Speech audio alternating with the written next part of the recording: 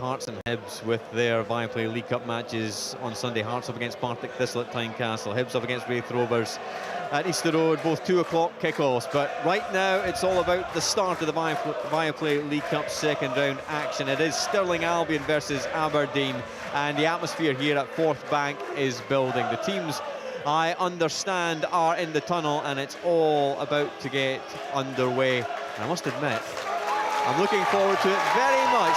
Last night was great, this will be great in a whole different way.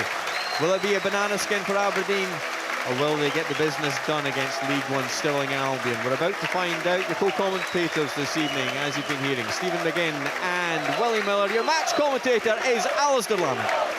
Thanks a lot, Jonathan. Yeah, it's the first tie of the knockout phase of the Viaplay League Cup, and it does promise to be a fascinating tussle. The spectre of Darvel still haunts the Aberdeen fans, and Stirling Albion will aim to add their name to the list of cup shockers by the close of play this evening. It's a very different Aberdeen side, but it's also a Stirling Albion team in very fine form. So all the ingredients are there for a cup cracker, not least a very noisy crowd.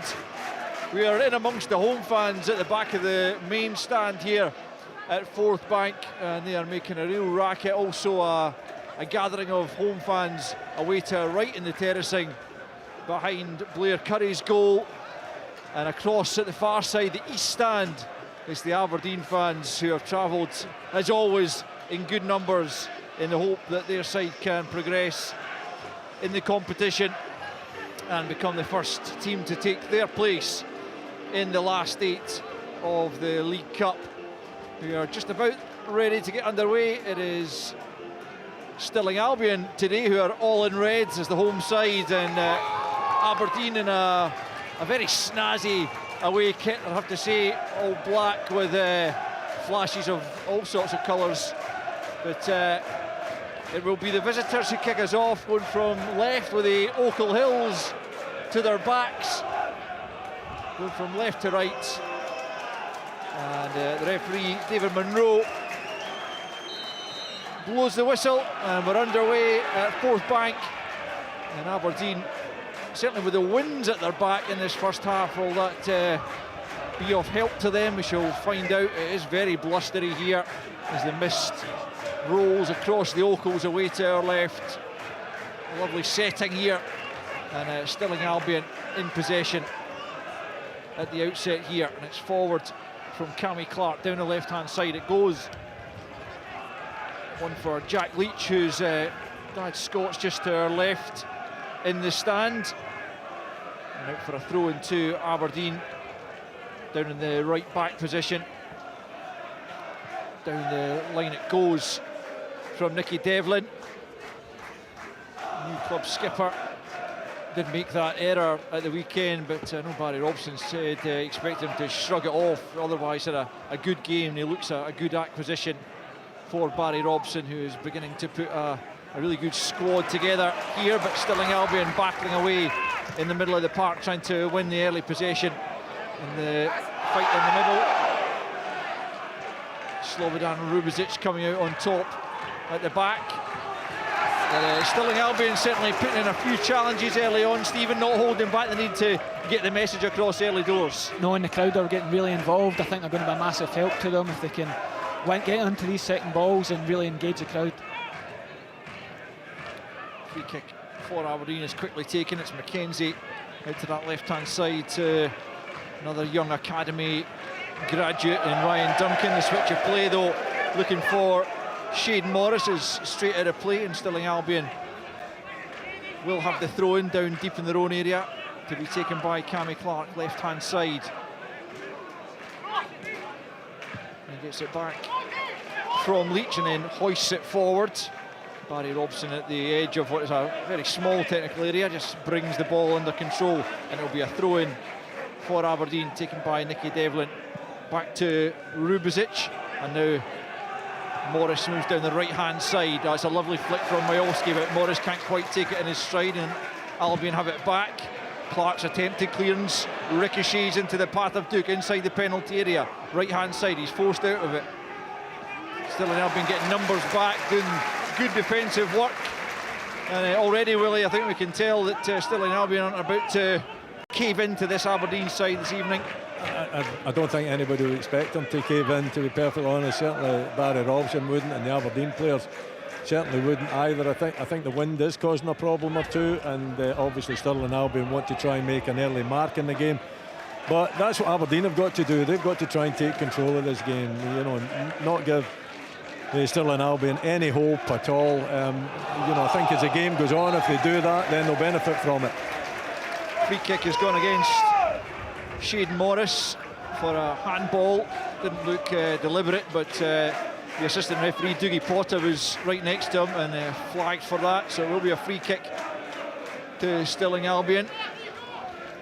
It's so important, regardless of the level you're playing at, Stephen, that Stirling Albion, they're a team in winning form coming from last season as champions of League Two, started this season ever so well, and you can tell that the confidence is flowing through them. Yeah, they're a team that aren't used to losing. They're not going to sit off Aberdeen here and let them get the head up and play. They're going to be right at them and really make it a feisty cup tie. Carrick gets a flick on from the free kick from keeper Blair Curry. Devlin though clears. Another untidy start to the game, but that will suit Stirling Albion, who are looking to make life difficult for their more illustrious visitors. Clark with the throw in, then 10 yards inside his own half for Stirling Albion, just creeping forward before he takes this. Barry Robson already complaining to the referee about time wasting and encroaching as well, as Majowski fails to bring the ball under control, and it's Leach through the legs of Morris, and then a meaty 50-50 with Devlin. The decision goes the way of Aberdeen, and the home fans round about us let the referee know they didn't agree with that. 4.5 minutes in, no goals. It's really tight though, isn't it? You know, it doesn't seem to be too much room out there for either team to actually get the ball down and make some passes. It's a really tight game. Both defences are pushing up. You know, it's a very contracted kind of a game completely from the back four and the back three of Aberdeen, and you know, nothing to talk about in terms of football. We hope that that's going to change. Here's Morris trying to do something about it, steps away from Clark. Leach dives in at him, but Morris continues, can't find the pass for Majowski. Morris signals for the yellow card to be shown to Leach, which you're not supposed to do, but you can see his point, because Leach was reckless in the way he tried to bring him down. He failed to connect with him completely, and he was very fortunate to avoid a yellow in that instance. But it will be a corner to Aberdeen on the right hand side, the first of the game. I think he's very lucky there. I think if he catches him, it's quite a dangerous sliding tackle. Certainly would have been. It's Leighton Clarkson to take from the right hand side. Fires it deep. It's a good looking ball. The header comes in and it's off the bar, and it's Duke who comes close in the opening few minutes to the opening goal, and there was a touch in there from Blair Curry to take it onto the crossbar, and that goes down as a good save, Willie. Yeah, it was. You know, fortunately from his point of view, and from the Stirling Albion defence point of view, the header was just too straight. If he's got it either side of Curry, I think that ends up in the back of the net. Another corner from the left hand side in swinger, that's confidently taken by Curry, and that'll do him the world of good in the Stirling Albion goal, as Jack McKenzie has a bouncing ball to deal with at the back. He manages to whip it away, but here come Albion. It's Carrick trying to get onto the pass there from Moore, but Aberdeen have won it back and spring forward through Clarkson, who is highly impressive in his first season in Scottish football, and I think that's a brilliant bit of business to get him in on a permanent deal, as Morris tries to link with Majowski. Morris into the 6-yard box, an enticing ball, and Duke couldn't quite get on the end of it and eventually pokes it out on the far side, but Morris already looks impressive. Barely saw him in an Aberdeen jersey last season, Willie, but been given a chance at the start of this one, and he's already been heavily involved. Yeah, and you know, he's really impressive against Celtic, and he started this game in impressive form as well. He's just a fraction away from getting that right. The idea is spot on, just trying to curl it towards the back post. It's Duke that's lingering out there, but it's just, you know, hit a little bit too hard. It rolls out for the goal kick, but the intent was right, and it was almost onto the foot of Duke, and if Duke would have managed to get something on it, then again it ends up in the back of the net. Yeah, almost certainly. 7 and a bit minutes gone as Clarkson fires it forward, and Aberdeen just trying to impose themselves on the game. Came closest just a couple of minutes ago with that Duke header from the Clarkson corner. But Curry getting a good fingertip to it just to take it onto the crossbar and over. And that's the closest we've come to a goal in the opening 8 minutes here at Forth Bank. Throw into Aberdeen. Devlin launches it into the penalty area. Duke with poor control, and it's behind for a goal kick, and that will suit Stirling Albion down to the ground as they look to continue the highly impressive run of form at the start of this season, not least that 4-0 victory against St Johnstone. I don't think anyone would have predicted that outcome, despite St Johnstone obviously having their early season struggles and Stirling Albion going well. 4-0 at McDermott Park was just quite phenomenal. It is, isn't it? Or it was. You know, it was a fabulous scoreline for them. A poor scoreline for Stephen McLean and St Johnstone, but as far as Darren Young's concerned, magnificent. Carrick doesn't quite fall for him, but it might yet fall on the edge of the box for Milne. In comes Leach as well. Leach flashes it across goal, but there's a free kick being given for an infringement inside the Aberdeen penalty area, but Stirling Albion themselves looking to pose a few problems. And why not? You know, I mean, Rubezic doesn't deal with the possession particularly well, gives it away far too easily, and then finds himself in the box and having to go down. I thought he went down rather easily, to be perfectly honest, to get the referee's free kick decision. But yeah, it just shows that Stirling are a threat out there, and particularly early in this game, Aberdeen don't want to see the ball end up the back of their net. Ball safely in the arms of Blair Curry at the other end now. 9.5 minutes in. Stirling Albion 0, Aberdeen 0. As Curry just puts the ball on the deck and then launches it long, looking for Lewis Milne, but it's won by the Aberdeen defenders. But Carrick has picked up possession. Good challenge there by Rubezic to clear any potential danger, but again it's Albion picking up on the loose ball. Not for long though, as Shinnie gets it to Majolowski. It's an ambitious looking ball for Duke and easily taken by Blair Curry. And especially in these windy conditions, you have to be absolutely perfect with that kind of pass if you're going to find your teammate. He needed to keep carrying it. He had the half yard in the Stirling defence. I don't know if he thought Duke was more on than he actually was. Back with Curry then, who gets it well over the halfway line despite the wind being against him. Maybe it's more of a swirling wind than I've realised so far. But here's McKenzie at the edge of his own penalty area. It's a back from Clarkson. McKenzie rolls it back to Kelleros and out to Nicky Devlin, right hand side for Aberdeen, approaching the halfway line. Tries the big switch out to Duncan. That's who he was looking for, but good defending there by Kieran Moore, going back to nod the ball out of play. It'll be a throw into Aberdeen about 10 yards from the corner flag on the left hand side, to be taken by the teenager Duncan, who did a good impression towards the end of last season. He gets it to McKenzie. McKenzie infield, can't find Shinnie though. Stirling Albion winning the ball back and just knocking it forward onto the halfway line, where Rubezic picks up and plays it short to Clarkson. Left hand side for Aberdeen, plays it square for Devlin, and out it comes to Morris. Right hand side, midway inside the Albion half, up against Lewis Milne, takes him on, tries to get into the penalty. Across came Clark to cover, and it's behind for another Aberdeen corner, but Morris looks lively, Stephen. Yeah, he looks like a new man. Very direct every time he gets the ball. Almost unplayable when you get the ball at your feet that quickly and look to put it in. His 2 starts in the league this season were his first for the club. He suffered with injuries last season as Aberdeen looked to try and threaten from the right hand side. It's a corner to the edge of the box, to the edge of the 6 yard box. Rubezic couldn't bring it under control, and Stirling Albion able to knock it away. 12 minutes in, still no goals. Clarkson picks up for Aberdeen the edge of the centre circle. He's closed down by Milne, but it gets out to the left hand side, and it's Shinnie. Shinnie midway inside the Stirling Albion half on the left. Back to Clarkson. Clarkson tries the outside of the football, looking for Duke over the top, but it's well read there by Adam Cummins, and he just knocks it out of play on the far side, the Aberdeen left. Shinnie picks the ball up, gets it back to Clarkson, and now Duncan once more. Infield to Clarkson, he's closely marked there, it's Polvera battling away there. But, Stirling Albion get the decision this time from referee David Monroe, and it will be an Albion free kick, and he'll be pretty pleased with the way they've negotiated these opening stages, will he?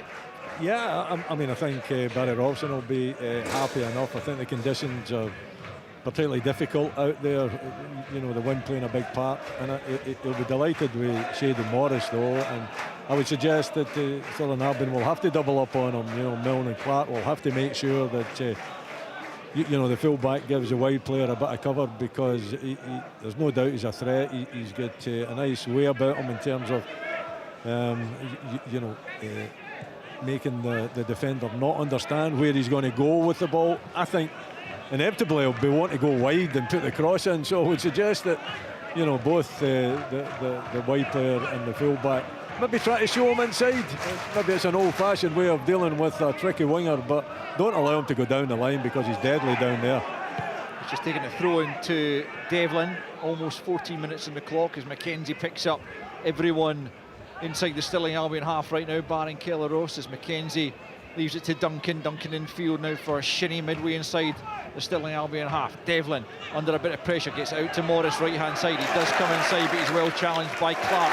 Terrific play from Clark, and he gets it to Milne, gets it back once more midway inside his own half, then knocks it long, one for Carrick to chase. Kelleros comes out of his box and plays it out of the park, maybe even out of the stadium, taking no chances. Certainly quarter of an hour gone, and it's Stirling Albion 0, Aberdeen 0. Brilliant from Clark, that. What a difference it makes if you can get tight to him early, make him have to try and beat you when you're so close to him, and he's got the composure to play a 1-2 and a great ball up the line. Here's Clark once more, left hand side, just clips it down that left channel. Rubezic manages to prevent the corner, knocking out for a throw-in down near the corner flag, which I think is obscured for both Stephen and Willie. I'm standing up and can just stretch to see that, so I'll keep you informed as to what's happening here. But it's a packed stadium, and we are right at the back of the main stand with a wall blocking Willie and Stephen's view for the moment, as the long throw-in comes in from Clark right into the edge of the 6-yard box. Kelleros came, didn't get anything on it. Stirling Albion trying to keep it alive, but eventually Aberdeen poke it out of the penalty area, and it has to go all the way back to Blair Curry. That was a moment of indecision there, you would have to say, at the back for Aberdeen. Kelleros tried to come but didn't get anywhere near the ball. I don't know if he was put off with the ball hanging up there in the wind or not. That was quite a meaty challenge there, but Ryan Duncan just bounced right back up. I think the referee would have had a decision to make, perhaps, if he didn't bounce back up. He still had possession though as well. But yeah, the Kelleros one there, I didn't think it was the goalkeeper's ball. You know, if a goalkeeper's coming out like that, he's got to try to take it at a higher point. He was trying to take that off of the head of Rubezic. They're still having a little conversation there. There was a bit of uncertainty between the two, but for me, I'm with the centre half there. I think the goalkeeper should have stayed in his line and allowed Rubezic to take care of the situation. Aberdeen swing the ball into the box, and it's headed away and out for a throw-in to the Dons on this near side, but 20 yards away from the corner flag, quickly taken by Morris. Shinnie plays it square now for the well-advanced McKenzie, tries the ball inside looking for Duncan, but it's well read by Cummins, and he's able to clear his lines down the right. It goes, and Carrick, who will run tirelessly up there on his own, manages to keep the ball in. He's done really well actually. Dale Carrick eventually loses out though to Duncan, breaks back the way though of Cummins for Stirling Albion, and into the feet of Carrick once more, but 10 yards inside the Aberdeen half, tries to help it through for Leach, but McKenzie was in the way. Rubezic fires it forward into the feet of Duke. Duke lays it off for Morris in a more central area just for the moment, driving at that Stirling Albion defence. He goes down, but he just lost control of the ball in the end, and Albion able to clear the line. 17 minutes gone, goalless at Fourth Bank between Stirling Albion and Aberdeen, and the League One side holding their own at the moment, certainly. The Stirling guys are just letting the back three of Aberdeen have the ball. The minute it goes into midfielder, a wing back or a forward, they're right up at them and trying to be aggressive, and they're getting a bit of joy with it. Clark winning that ahead of Morris there as Milne knocks it down the left-hand side. Leach plays it off Polvera, and it's throw into Stirling Albion, more or less on the halfway line on the left-hand side. And thrown down the left by Clark. Rubizic in charge of that situation, manages to clear up towards the halfway line, kept in by Majowski. Flicked forward there in the middle of the park by Ross Davidson, who's just playing that defensive midfield role, just in front of the defence and behind the midfield in the 4-1-4-1 that Darren Young set up. Throw in Stirling Albion, Cammy Clark to take left-hand side into the feet of Carrick. He'll get back once more, about 25 yards out, helps it out to Cummins. Cummins knocks it into the penalty area, headed away by McKenzie. Returned by Banner to the edge of the box. Leach can't bring it under control, and Aberdeen will pick up through Shinnie. And now it's Polvera just at the edge of the centre circle. Nudges it forward for Duke, and Duke plays it square just inside his own half. Devlin has to check out to the right-hand side to pick the ball up. Back in field it goes to Clarkson on the halfway line. It's right of centre. Sends it over to the left for Dante Polvera. As Willie said, he's had a spell back in American soccer and has almost got a new lease of life at Aberdeen since the start of the season. Has looked impressive by all accounts in pre-season and now in the competitive action as Shinnie plays it square for McKenzie. Midway inside the Stirling Albion half, just clips it into the penalty area. Majowski attacks it, good take from Blair Curry, high up near his crossbar, but he got two good hands to it and brings it under his control. 90 minutes in, Stirling Albion 0, Aberdeen 0. I think it makes a real difference to Aberdeen when the two outside centre-half step in the game, and they are natural full-backs, so they're comfortable doing it. And what Stirling are doing, they're trying to stop the balls coming in off the wing-backs, the wingers. So if they can just come in and deliver the ball, it's unexpected, and it gives Stirling something else to think about. Curry being prevented from getting the angle he wants for the clearance by Majowski. Eventually knocks it long, comes off the head of Rubizic, and it will be a Stirling Albion throw in 10 yards or so inside the Aberdeen half. Clark looks for Leach, finds him. There's Carrick. Carrick, can he get the ball out to the right-hand side? He can. Chance here potentially for Albion to get the shot away, but Moore was closed down quickly before he could get a clean shot in, and the chance is gone. As Stirling Albion show they can certainly be a threat, and Leach pulling the strings in the middle of the park.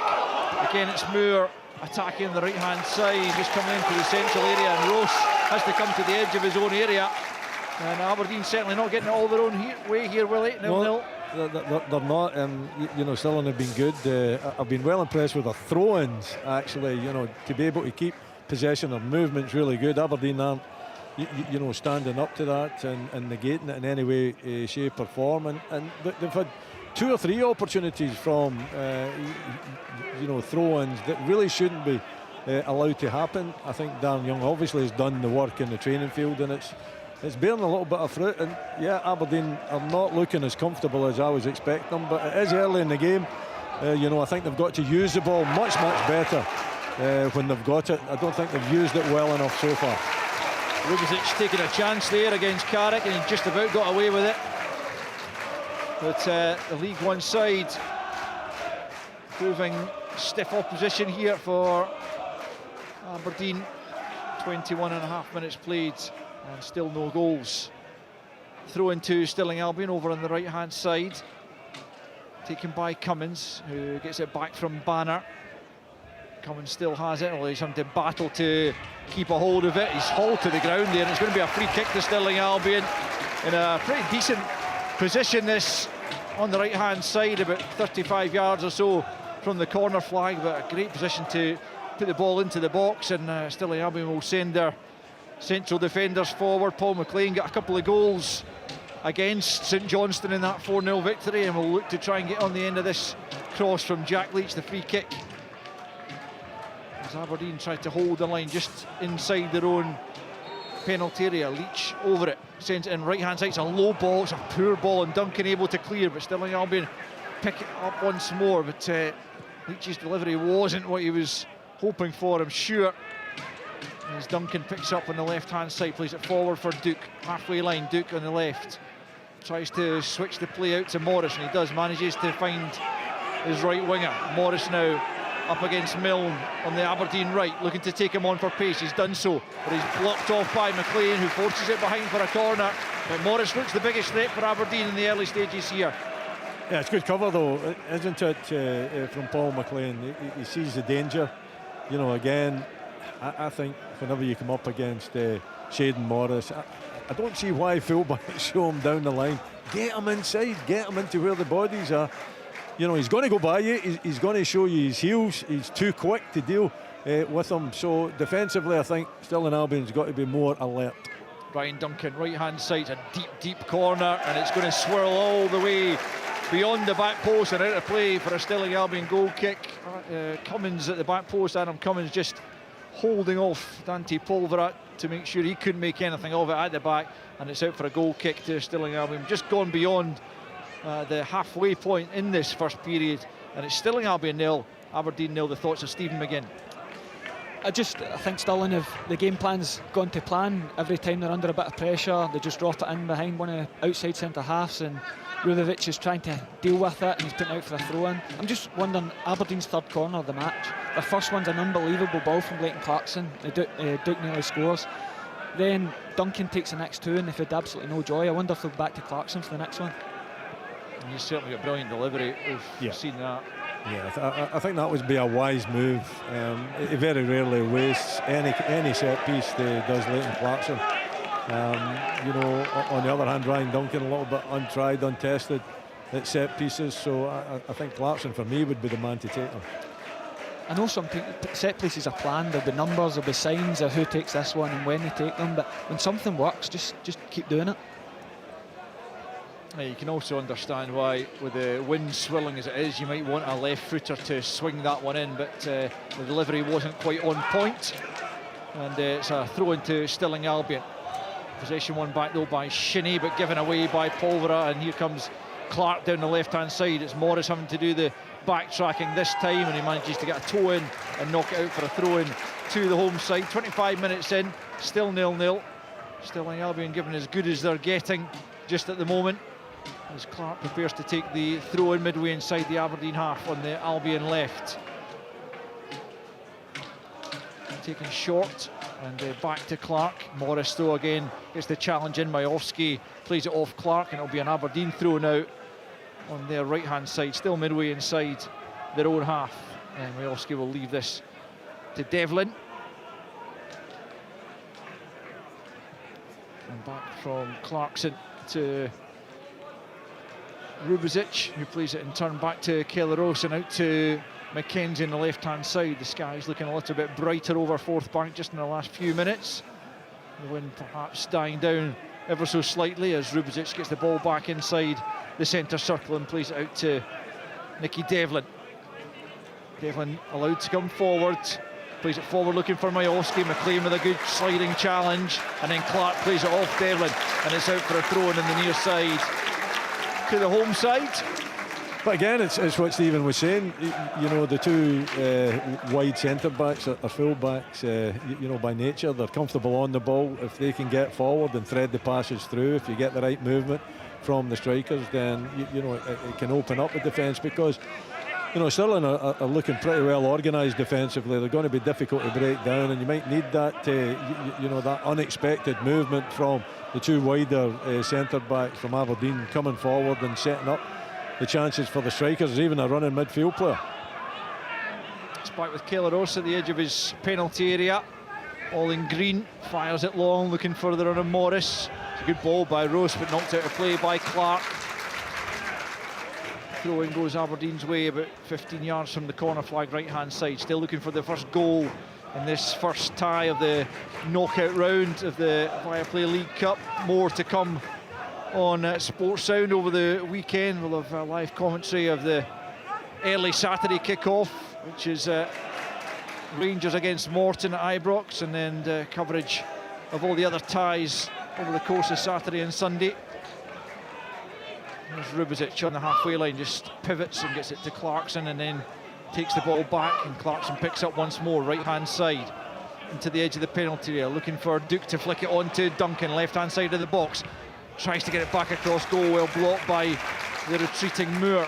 And out for a throw into Aberdeen. Left-hand side, quickly taken to Polvera. Now it's Duncan, about 5 yards from the corner flag, left-hand side. Cross comes in, no Aberdeen player able to attack that. Clark just runs it out of play. Aberdeen throw down at the corner flag on the right-hand side. Quickly taken back to Clarkson. Clarkson always looking for what he might be able to create at the edge of the penalty area. It's back with Rubizic though. Plays it forward, but it's a poor pass. And easily dealt with by the Stirling Albion defence. Rubizic though gets his head to the clearance and heads it down for Mackenzie. Then Clarkson out to the right-hand side for Devlin. Devlin takes a good first touch, tries to get the beating of Clark on the right-hand side, cuts it back for Majowski. Majowski allowed to turn, gets the shot in! Goal, Aberdeen! They seem to go in slow motion past Blair Curry, who looked wrong-footed, as Majowski strikes his second goal of the season and puts Aberdeen in front just before the half-hour mark. It's Stirling Albion 0, Aberdeen 1. Okay, it's Nicky Devlin that makes it, isn't it, with that run down the right-hand side, you know, showing good pace, taking on the full-back. It's pretty simple, to be perfectly honest. It's a foot race between him and the full-back. He goes towards the byline, he looks up, he cuts it back to Majowski. There's still a lot of work to do for Majowski. He doesn't really catch it that sweetly, that cleanly, but you know, it kind of almost kind of trickles into the back of the net, but the goalkeeper's wrong-footed. Not too sure where it's going to go. Majowski just dinks it with the inside of that foot into the near corner to give Aberdeen the lead. Does it deserve? I don't think they've created that much. You know, it's a bit of they've been exceptional, I think, down the right-hand side, and Stirling Albion haven't dealt with any drives down the right-hand side, and eventually they've paid the price with that first goal. It was the first time in the game that the Stirling midfield had dropped off Aberdeen's midfield a bit, and Leighton Clarkson was able to dictate the game. And when you get him in the game, the difference he can make, he plays Nicky Devlin in. As you say, it's a great cutback. The goalkeeper might be a bit disappointed with it, but it goes in, and Aberdeen will be delighted with that. Yeah, Blair Curry just seemed to be a little bit flat-footed, as Willie says, trundled, call it what you like. It was, as I say, slow motion almost, as it eventually crossed the goal line. Blair Curry could do nothing to keep it out, and that's why after half an hour it's 1-0 in favour of the Premiership side, and that'll be a relief as much as anything to Barry Robson. They certainly have played well enough, but obviously the first goal can always be so important. Here they come looking for a quick fire second. It's Devlin once more, just fires it off Morris, who's unable to bring it under control, understandably, and it comes off him, goes behind for a goal kick. Stirling 0, Aberdeen 1. I don't think he meant that for Morris. I think he was looking towards the back post. There was plenty up there, Duke and Shinnie in particular, and I think if Morris had let it go, he might have found his target, but it certainly wasn't Morris he was looking for. But taking that responsibility, you know, Nicky Devlin, getting the telling run for the first goal, and then, you know, just not stopping there, trying to drive forward and get that second goal. Flicked on there from the clearance by Curry, by Banner, but straight into the arms of Ross, and out it comes to Rubizic. What I would say from an Aberdeen point of view, they need more of that from the left-hand side. They haven't showed nearly enough threat down the left-hand side. Two young players, right enough, you know, Mackenzie and Duncan, but in saying that, both get ability, both get good pace, and they should be doing much, much better.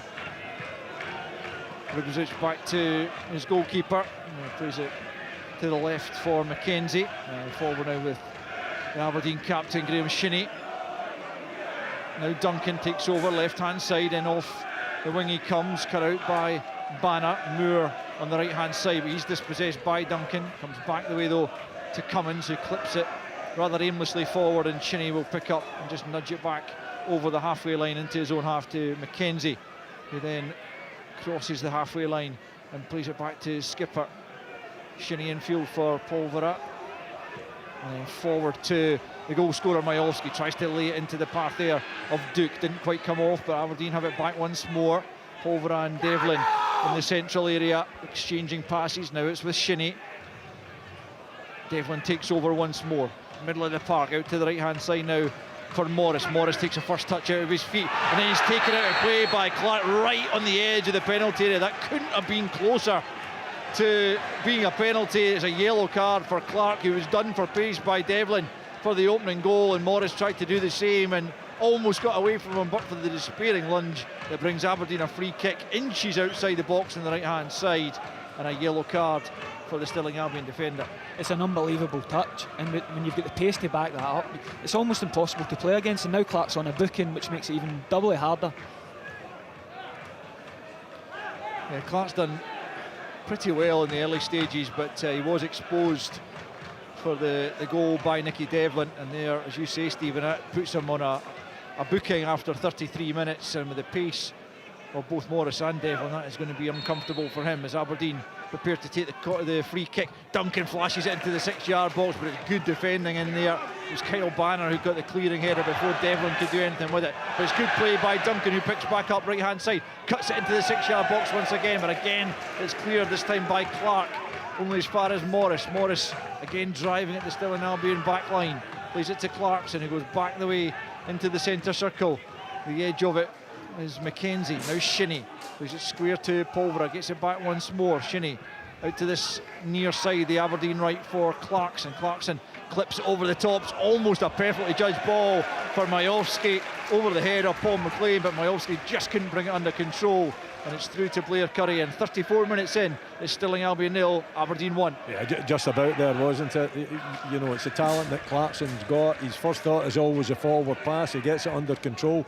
Majowski just on the shoulder of McLean there. He just drifts off a little bit. He's looking for it over the top. The little clip pass is just almost perfect for him, isn't it? Just, you know, maybe in the conditions, maybe the wind takes it a little bit. You know, it's a magnificent effort from young Clarkson, and the way Majowski plays, the fact that he knows exactly where he wants that ball to be dropped into, and he's so unlucky not to see it land at his foot. Here's Duncan, down the left it goes, but Cummins in the way of it. Davidson now for Stirling Albion, and back with Cummins on the right hand side. It's a good ball forward for Leach, just inside the Aberdeen half, tries to find a teammate, but back come Aberdeen and win the ball back, and Clarkson finds a good pass for Shinnie, who in turn plays it forward for Polvora, who starts bursting forward, leaves a couple of Stirling Albion players in his wake. Now it's Morris inside the box, gets the shot off, and it's a good save from Blair Curry. Tight angle certainly against Shayden Morris, but he got the shot on target. Curry was equal to it. Stirling Albion 0, Aberdeen 1. He's a talent, isn't he, Clarkson? You know, they see his calmness there, he's how he deals with the ball, how he deals with quite a tight situation to work himself out of it. The pass forward again, it's always a forward pass, which is absolutely magnificent to see. Polvara then driving forward and setting up the opportunity for Morris. The strike's decent, it's a decent save, a little bit of a tight angle, but good play from Aberdeen. As I was saying, Willie, I mean, that to me, that bit of business to bring Leighton Clarkson in on a permanent deal from Liverpool, I mean, that's as good as any signing over the summer, I would say, in Scotland. No, I had my doubts whether it could be done, but you know, the club were always confident that they were going to get him. You know, the confidence was there. You don't. I've noticed recently you don't get any details of how much they've actually paid for these players, which I don't mind. Undisclosed. That's the word. I don't mind. I just think you know, I was hopeful from an Aberdeen point of view that they could get him secured. He's a joy to watch. And I think the fact that you see so many midfield players now at times just taking the easy pass out, you know, maybe the square pass, when really the first thing in his mind is to play the forward pass, the telling pass, the pass that's going to hurt the opposition. And you know, I watched it for the majority of last season. I'm seeing it again this season. He's grown in confidence. You know, he's maturing as a player. His deliveries from set pieces are fabulous. Just all round, just a tremendous youngster. And you know, Aberdeen should be very, very happy indeed that they've managed to tie him up. And while Duke is down and about to receive some treatment, Stephen, just on Clarkson. I mean, I know that Aberdeen will want to enjoy him for another season or two at least, but you would imagine, regardless of what they've paid for him just now, given the type of player he is and the potential he has, they will look to recoup that and some when he eventually moves on. Yeah, I think you can. I mean, big fan of him. You can tell with the reaction of the fans when it was announced how highly they rate him. And I'm not a big lover of loans in general, but when in terms of if you can loan and then you can buy them in the season, no matter what the cost, it has worked up here. You look at Jota, Carter Vickers, Ryan Kent at Rangers. You know what you're buying, so maybe you pay a wee bit extra than what you usually pay for a player. But Leighton Clarkson's worth it, and as you say, even if they don't sell him, it's a player that fans can enjoy coming to watch, paying in to watch him, because, as I say, Stirling Albion midfielders would have really enjoyed the first 20-25 minutes of the game, thinking that they can get close to Leighton Clarkson, Graham Shinnie, not giving him a kick, but then Leighton Clarkson was just the quality. The first time you drop off, they can pick you off, open up the game, and now he's really enjoying the game. Duke's back on his feet. He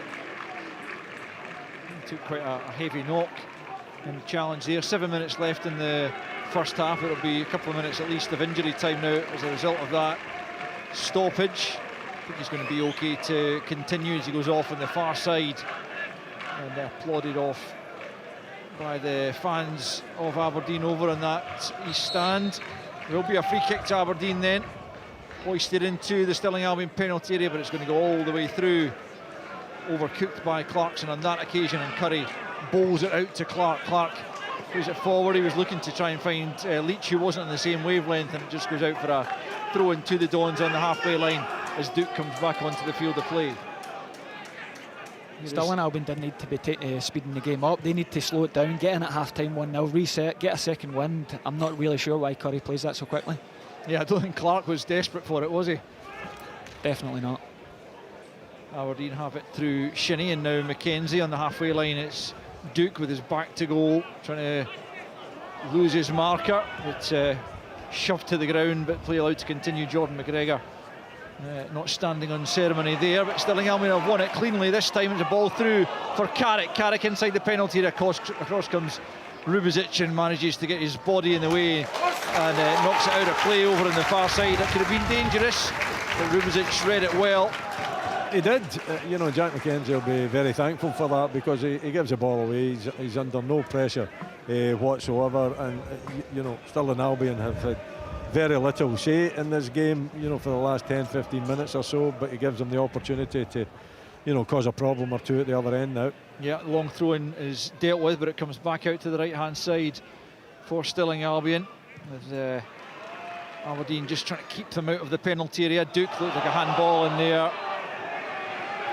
And I don't think Colin Stevens given that one. Sorry, it's not Colin Stevens, he's the fourth official. It's David Munro down there, but it's just a throw-in rather than a free kick to Aberdeen. 5 minutes left in the first period. Stirling Albion 0, Aberdeen 1. The goal from Bojan Majowski after 29 minutes is the difference between the sides, as Morris again accelerates away brilliantly, using great strength as well as speed, and then the pass just lets him down. He was trying to find Shinnie inside, and it was just behind the captain, and that move breaks down. But Morris already one of those cliched new signings when he comes back from, I think he missed about 4 months with a hamstring injury and really never looked entirely fit last season, but he's got a new burst of energy almost this season for Aberdeen on this right hand side, as Stirling Albion look to go down the right themselves, but no way through there.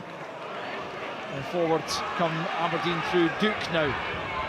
Up against McGregor, coming up towards the penalty area. Duke, a little step over. Was he taken down there by McGregor? The referee just allows play to continue.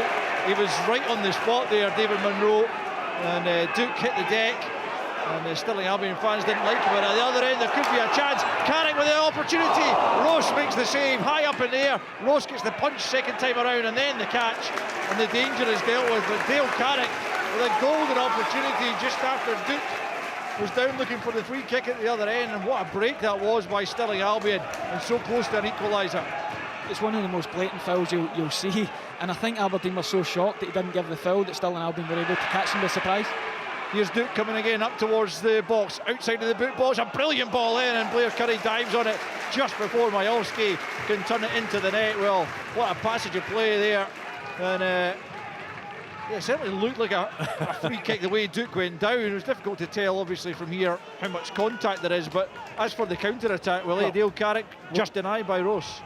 We can only give the referee a little bit of leeway here and say that there must have been no contact, because Duke takes the ball by McGregor, I think it was, who puts in the challenge. If there's contact, there's no doubt it's a free kick. I can only suggest that there wasn't any contact, because the ball goes straight. It goes straight where Duke wants it to go, in behind the central defender. The referee says no, and then the ball's transferred up to the other side. Stephen's right. I think Aberdeen players are stunned that they haven't got the free kick, and Carrick's in. It's a good save. He should do better, actually. He should show a little bit more composure, because he's right in the top of Roos, and he's struck it more or less straight at the goalkeeper. It's a save that you would expect him to make from a really a real chance for the home side, which wasn't taken. And Dale Carrick with 3 goals already this season, his 6 appearances, and Kelleros called upon to prevent him getting a 4th already and drawing his side level. As it is, it's still 1-0 to Aberdeen with half-time approaching. Polvera plays it forward onto the chest of Duke, can link with Majowski on that occasion, and it's lashed clear. And Mackenzie will pick up midway inside his own half, turns it back to his goalkeeper. Cleared first time by the big Dutchman, and picked up by Davidson. Davidson tries a switch to the left-hand side, headed on. Another chance for Carrick, potentially heads it off target. Took it first time, the flag's up for offside. In any event, as Kieran Moore played it into the path of Dale Carrick, but Carrick's effort was well off target, and even if it had found the back of the net, it wouldn't have counted. 1-0. Yeah, it would have been offside, but at the same time, they've got themselves back into the game, haven't they? Stirling Albion, and they're causing Aberdeen a problem or two. It was a great crossfield, ball for Moore. Moore, decent, very decent set-up header from him. Carrick, even though he was offside, you expect him to show a little bit more composure there and at least hit the target. He didn't. It was a poor header. It was over the bar. Maybe the chance just a little bit earlier has knocked his confidence a little bit, but that's 2 opportunities, albeit one was an offside one. Yeah, he did rather snatch at that one, didn't he? Didn't look entirely convinced as to how he was planning to execute it. Here's Devlin, who created the only goal of the game for Aberdeen, trying to play it forward for Duke. It's repelled first time, then second as well, as Stirling Albion look to try and break forward. Polvera, though, picks up possession, and then it's Clarkson out to Devlin. Devlin, it's a wonderful ball for Majowski, right hand side of the penalty area, tries to cut it back, looking for Shinnie, and the challenge comes in from Leach to prevent Shinnie latching onto the cutback from Majowski. But what about the pass forward from Devlin as Aberdeen pick up once more in the midfield area? It's Clarkson for Morris, and back now with Devlin. He's slotted into that Aberdeen defence very comfortably. Yeah, and not too bad going forward either. That's a great pass, isn't it? Although I've got to say that Majowski's made it too. He sees the space that's there. He wants to occupy that space. The pass is perfect. The only sad part from an Aberdeen point of view is it was a really poor cross from Majowski into the box, looking to pick out Shinnie, but didn't quite manage it. We're into 2 minutes of stoppage time at the end of this first half, with Aberdeen scoring the solitary goal through Bojan Majowski just before the half-hour mark, as Mackenzie plays it out to the left-hand side for Duncan. Onto the right foot, swings it in towards the back post, high up in the air off the head of Moore. Morris will latch on to the loose ball, goes it back to Shinnie, quickly closed down, but Shinnie gets the pass off, but Leach picks up for Stirling Albion. Infield it goes onto the halfway line for Carrick, looking for options inside of him. Manages to find Davidson, who gets it back once more from McLean. The Albion fans roaring on their side in amongst us as half-time is almost upon us, looking for a leveller. Well, they've just slowed things down, and it's Clark in the left-back position on the halfway line. Feeds it forward, looking for Carrick, but inslides Rubizic, who plays it long. McLean heads back towards the halfway line. Shinnie nods it down for Clarkson, right-hand side. Majowski now. Well challenged by Leach, not once but twice. Fans round about us like that. Love a committed player, do Scottish football fans. A sliding tackle, so much the better. Here's Mackenzie forwards for Polvera, he can't keep it. And and Stirling Albion pick up at the edge of their own penalty area. McGregor plays it long over the halfway line. Half-time whistle sounds, applause from the home fans as well as the visitors, because the Stirling Albion fans have seen their side put on a very committed performance, and they do trail by a 1-0, but they're still well in the cup tie. The one goal came from Bojan Majowski after terrific play down the right-hand side from Nicky Devlin to create it. His ball into the box, Majowski turned and shot. It wasn't a particularly powerful effort, but it did beat Blair Curry into the bottom corner. It went. Duke had earlier hit the crossbar, tipped onto the bar, in fairness, by Curry. Majowski had a header well saved, and since the goal, Morris had a shot saved from a tight angle before at the other end. Dale Carrick had Stirling Albion's best effort just about 3 minutes before the interval. It was well saved by Kelleros, which means at half-time, the scoreline at Forth Bank is Stirling Albion 0, Aberdeen 1. The Scottish League Cup. This is the chance they've been waiting for. Cross-court, come back. Live on Sports Sound from BBC Radio Scotland. It's your ticket to the Edinburgh Festivals, and you're welcome in wherever you're listening in the country. We're joined by some of the best performers currently gracing the capital. The best entertainment, comedy and live music, straight from the heart of the world's biggest celebration of arts and culture. In the middle of a city just bubbling with festival enthusiasm. And he got my son up on stage and made him dress up as a fireman. Catch programmes including Mornings, Take the Floor, Sunday Morning with Sally Magnuson, and BBC Introducing. Thank you so much to all of the talented musicians that have played tonight. Join us at the Edinburgh Festivals. That is, of course, if you're up for it. Listen on BBC Radio Scotland and Sounds.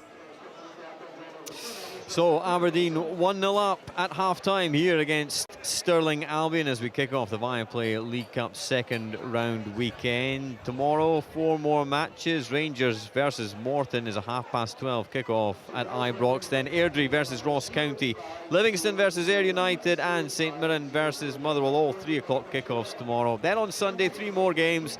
Hearts versus Partick Thistle, that's 2 o'clock. Hibs versus Wraith Rovers, also at 2 o'clock. And Kilmarnock versus Celtic is a 3 o'clock kickoff. Of course, Sports Sound across it all weekend. We're across it all this evening as well. And applause from the Stirling Albion fans at half-time. Despite their side being 1-0 down, they finished fairly strongly, and they are still very much in this match. And a real buzz around Stirling Albion, a club on the up and up at this moment in time. And yeah, a real feel-good vibe. Let's get a bit more on that with the Stirling Albion General Manager, Christine Curtis. She's joined Brian. Yes, Jonathan, there's been a real change in fortunes here at Forth Bank in the last 12 months or so. Much of that, I'm sure, is down to the input of the General Manager, the new General Manager here, Christine Curtis. Christine, tell us about the challenges that was in front of you when you came into this club. Yeah, Stirling Albion for me is a sleeping giant. It's a huge club in the area, and the changes that can happen really. Look tonight, look Brian, look at the fans round about the stadium. We need to bring that back. So that's the first challenge. Get the fans back on side and see what this club can really be. In terms of the local community, they're a little bit disjointed, were they 12 months ago? Yeah, there was some things going on in the past, but we've got to look to the future now. There's a fantastic working together agreement with the Trust Board, and both boards are now working very amicably.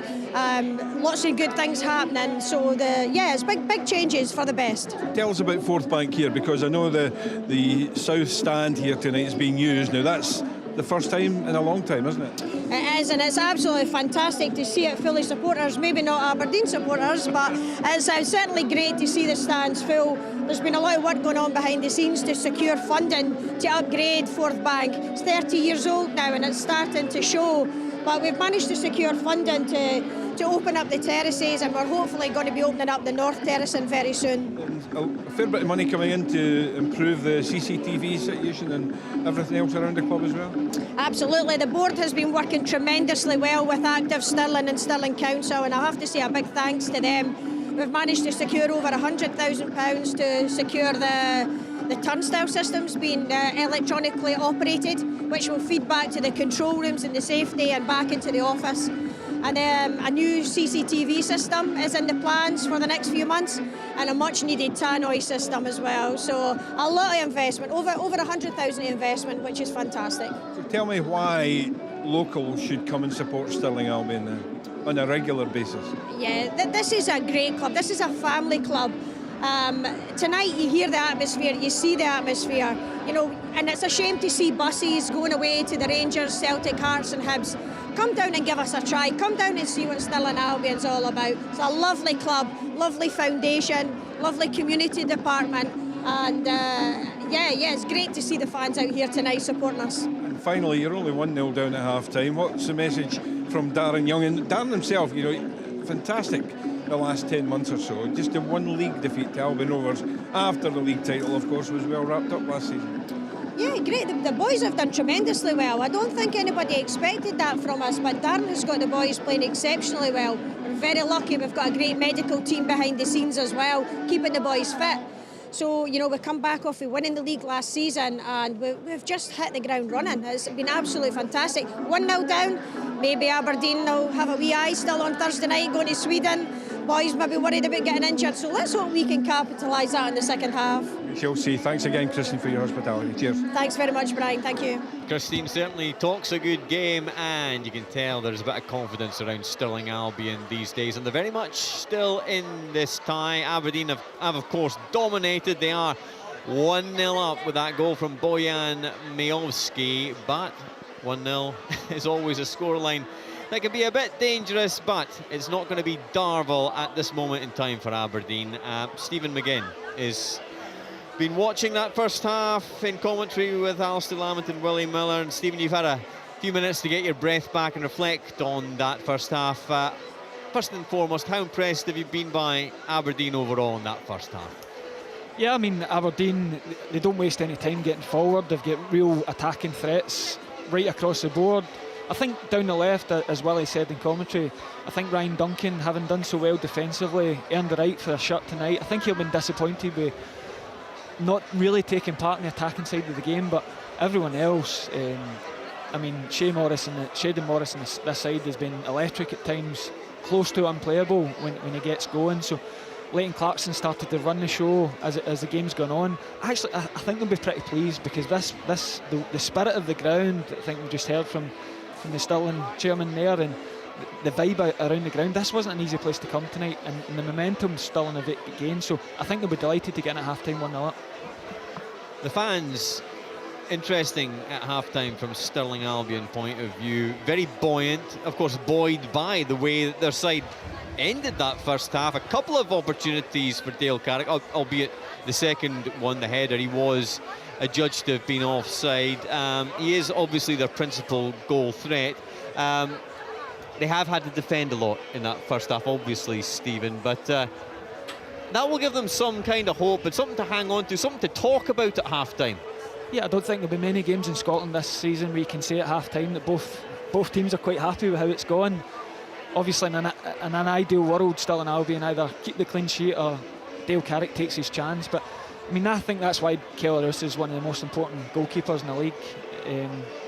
Barely anything to do the whole game, and he comes up with such a big save. Stirling have the game plan executed it perfectly.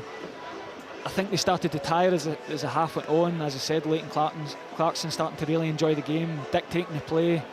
But I think that wee burst they've had from the second half, then right at the end of the second half, they've got the fans re-engaged. I think they'll give them a second win going into the second half. Willie Miller, a lot of focus on Nicky Devlin after his headed mistake gave Kyogo the chance to really change the game at Pittodrie for Celtic. But much better today from Nicky Devlin, obviously able to play a huge part in giving Aberdeen a lead, cutting back from the byline, and Majowski finishing, well, eventually finishing well. Yeah, I mean, he's an experienced player, Nicky Devlin.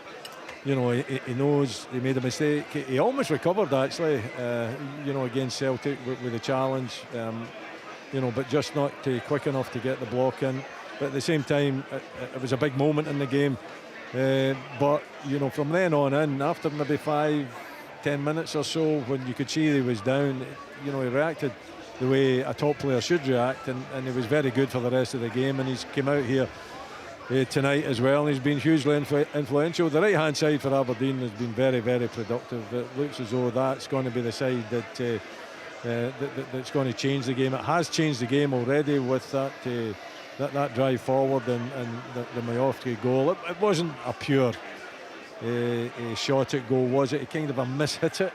I think Curry was a little bit uncertain where he was looking. I think Curry actually thought he was maybe going to, put it to the other side. It was off balance. He went to ground, and it kind of just trundled into the back of the net. But that was a breakthrough that Aberdeen needed, because it was a difficult game, and it has been a difficult game since then as well. And these two chances, albeit one offside, I think will tell Barry Robson that defensively they've got to be much more alert than they have been, and not give Stirling an opportunity. Because tell you what, you come to these grounds, the fans are behind the team, the players are wanting to show, Stirling Albion players are wanting to show the favourites, the Aberdeen players who are playing at a high level, playing in European football, they want to show them what they're made of. And if you give them a sniff, if they get an equaliser, it's going to be a really difficult night for Aberdeen. So I think Barry will be saying to them, look, we want to try to get this game, this tie finished, get an early goal in the second half. If it's a second goal, then I think it makes it really difficult for Stirling Albion to respond to that and to keep the belief there. But the longer it goes at 1-0, the more belief that they might gain. And if they get chances like they did in the last 10 minutes of the first half, then there still could be an upset on the cards. I tell you what, well, he caught the eye against Celtic down the right for Aberdeen. How big a player could Shayden Morris be this season for Aberdeen? Well, if they keep feeding him, I don't think that they've gave him enough of the ball. Early in the game, where they just constantly gave him the ball and said to him, look, go take the full-back on. And he takes full-backs on. He likes to go wide. And I just can't understand why full-backs don't show him in the park to put him into a little bit more traffic, because his pace is frightening. A little bit like Duke. But whenever it's direct, whenever he gets the ball and it's 1v1 or even sometimes 1v2, that pace will take you by both players. And when you hit the byline, you start crossing balls into the box, really difficult to defend. He's been really impressive in the two games. Not so impressive the other side, though. I think Mackenzie and Ryan Duncan have got to do more down the left hand side, and I'm sure Barry Robson will be pointing that out to them. But as far as Shayden Morris is concerned, certainly at the start of this season he's looking a real positive player for the club. And not too many Darvel flashbacks for you tonight, Willie. You'll be glad to have so far. But it's 1-0, it's a dangerous scoreline. Still a long way to go. And it is a dangerous scoreline.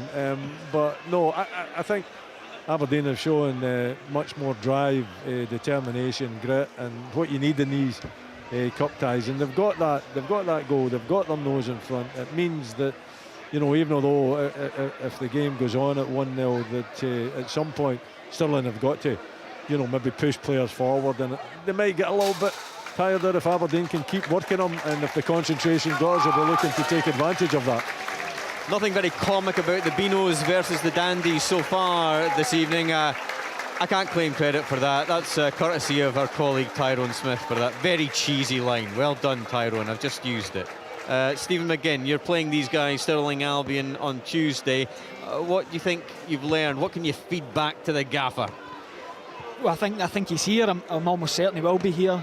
John McGlynn. John McGlynn, yes. Roving about. Yes. Just what we spoke about today, how organised they are, what a good spirit.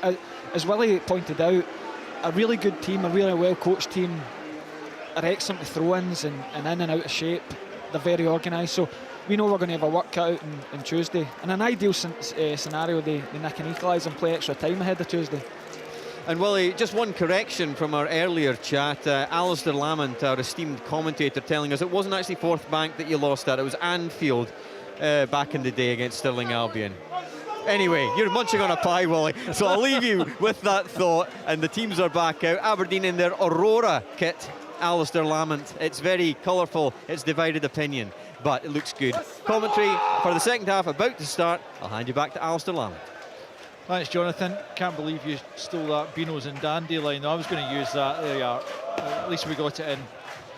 But it'll be the Beanos then to kick off the second period, going left to right. We've been well looked after here, I can tell you, by Christine, who you heard at half-time, and our colleagues at Forth Bank. And so we are back underway as Stirling Albion look to try and get a goal back and make this a real cup tie in the second half. Aberdeen, though, looking to put it to bed as quickly as possible, and then Barry Robson and co can turn their attentions to their European ties. A massive game on Thursday against the Swedes of Häcken, who they beat recently in Europe, but I think by the sounds of it, this tie is not going to be quite as straightforward as that one. I think Häcken currently sitting second in the league and on good form themselves, but Aberdeen, big chance to get into the Europa League group stage. But the second half to deal with here as Leach comes forward for Albion. Rubišić heads out of play. It will be an Albion throw-in on the right-hand side as they come forward. There's going to be a long throw taken here by Cummins. Will actually go short, we'll get it back. And knocked out of play by Duncan. No changes, actually, I should say, for either side in this second period. As Cummins this time looks like he's lining up a long throw from the right-hand side. Still an Albion looking for a leveller into the 6-yard box. It comes, and that will be behind for a corner kick. David Munro making his mind up before the assistant could flag. And still Albion fans round about us, enjoying what they're seeing at the start of this second period as their side tries to force the issue and get back on level terms.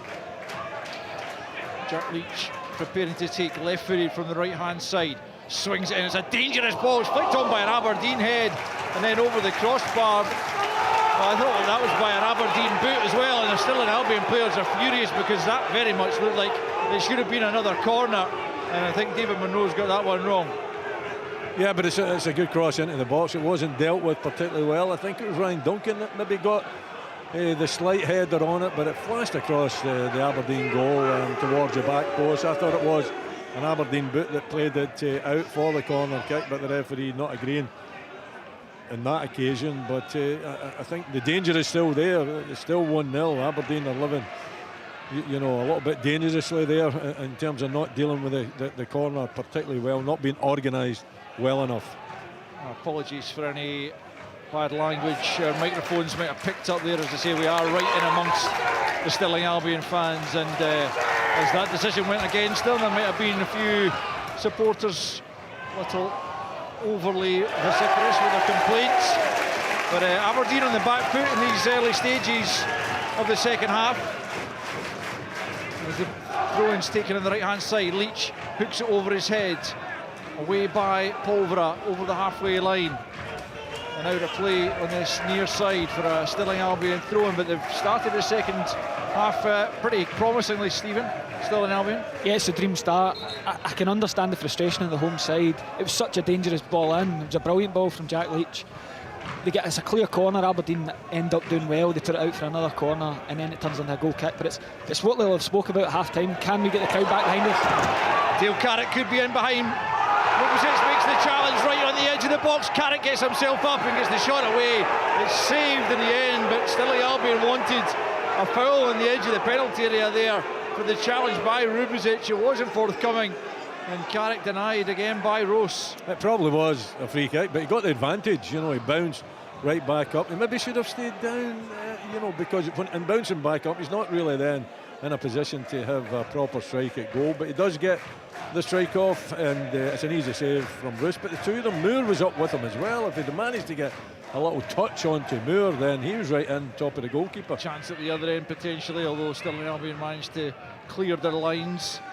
But yeah, I think that if the advantage was played well, as you say, I'm not sure there really was much of an advantage because Carrick wasn't set at all. Here's a brilliant ball over the top. Majowski foiled by Blair Curry. He goes down to smother after his first touch, just took the ball away from him, but the ball over the top was exquisite. Was it Clarkson again who was playing it, I think, and Majowski almost in to take advantage for a second Aberdeen goal.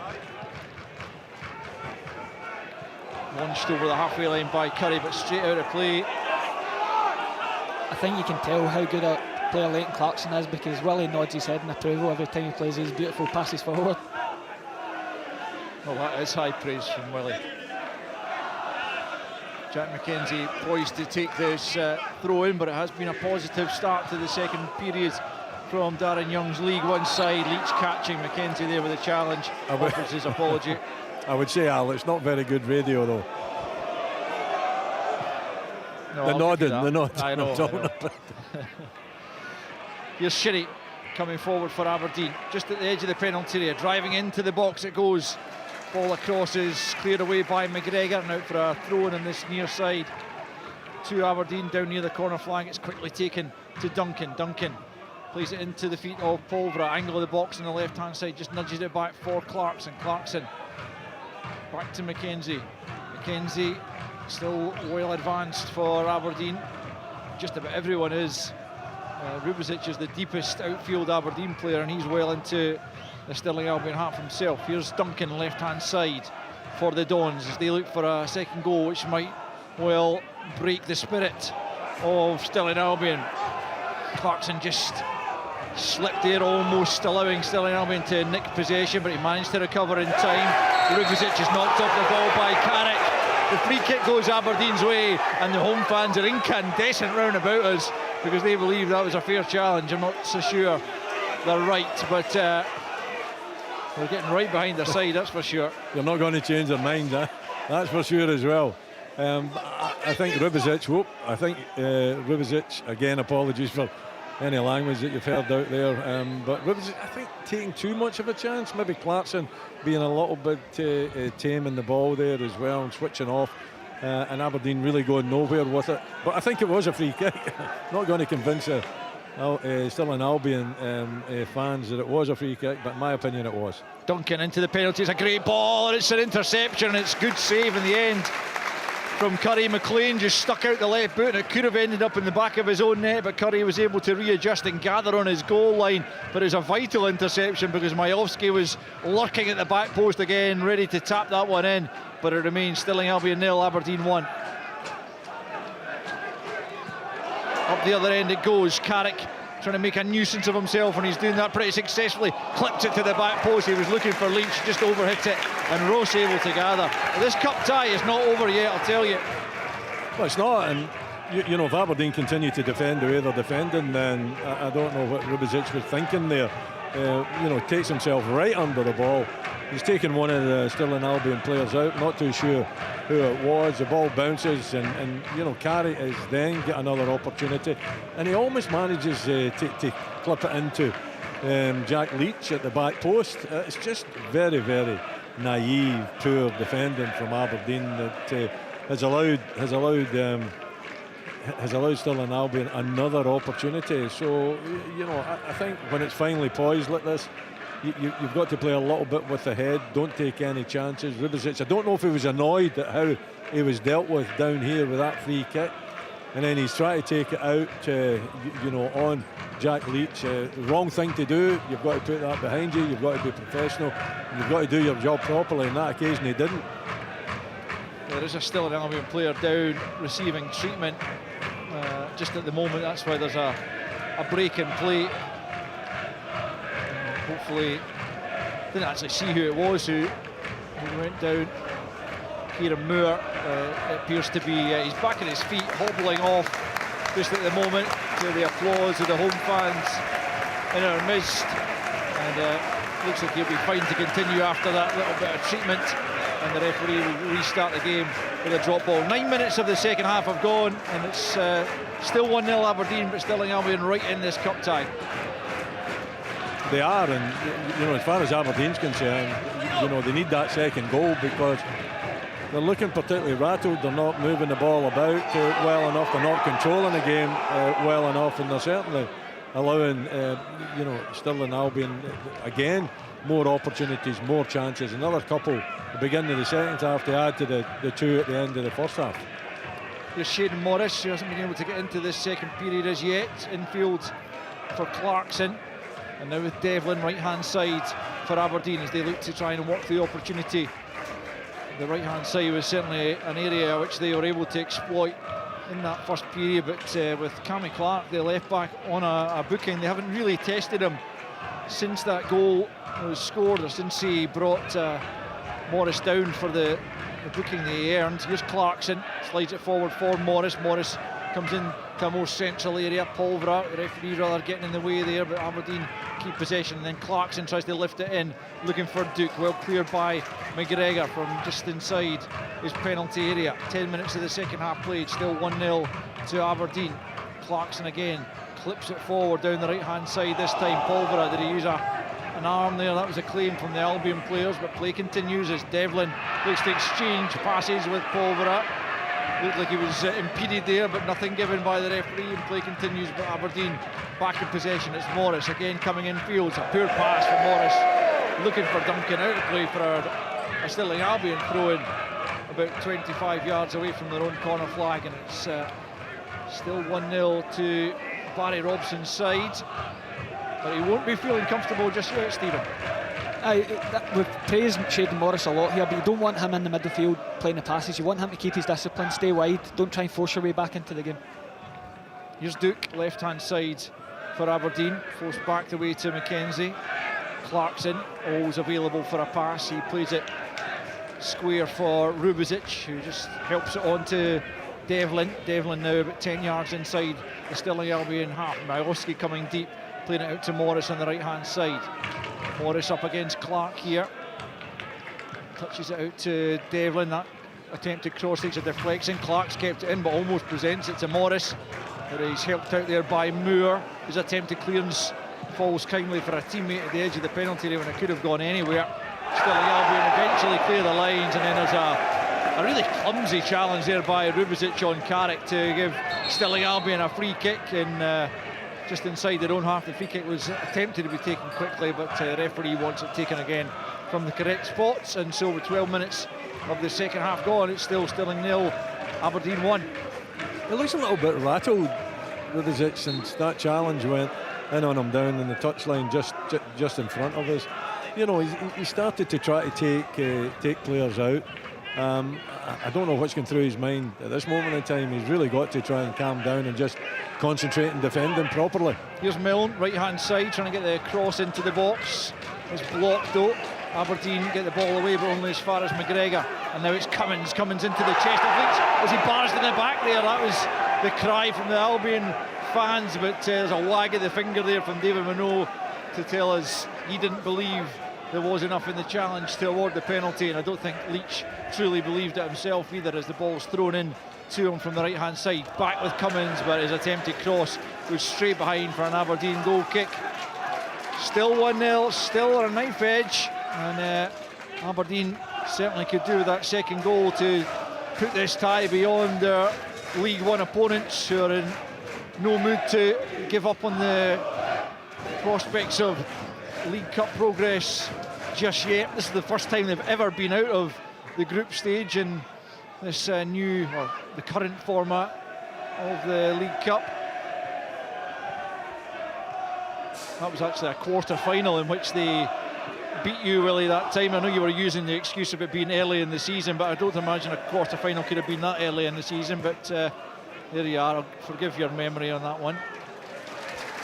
Ball's through with player Curry at the edge of his penalty area. And Cammy Clark picks up left-hand side for Stirling Albion. But you're far too young to remember back in these days when the quarter-finals were actually held, though, Al.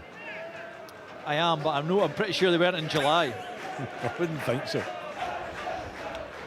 I know it was still early in the season for me.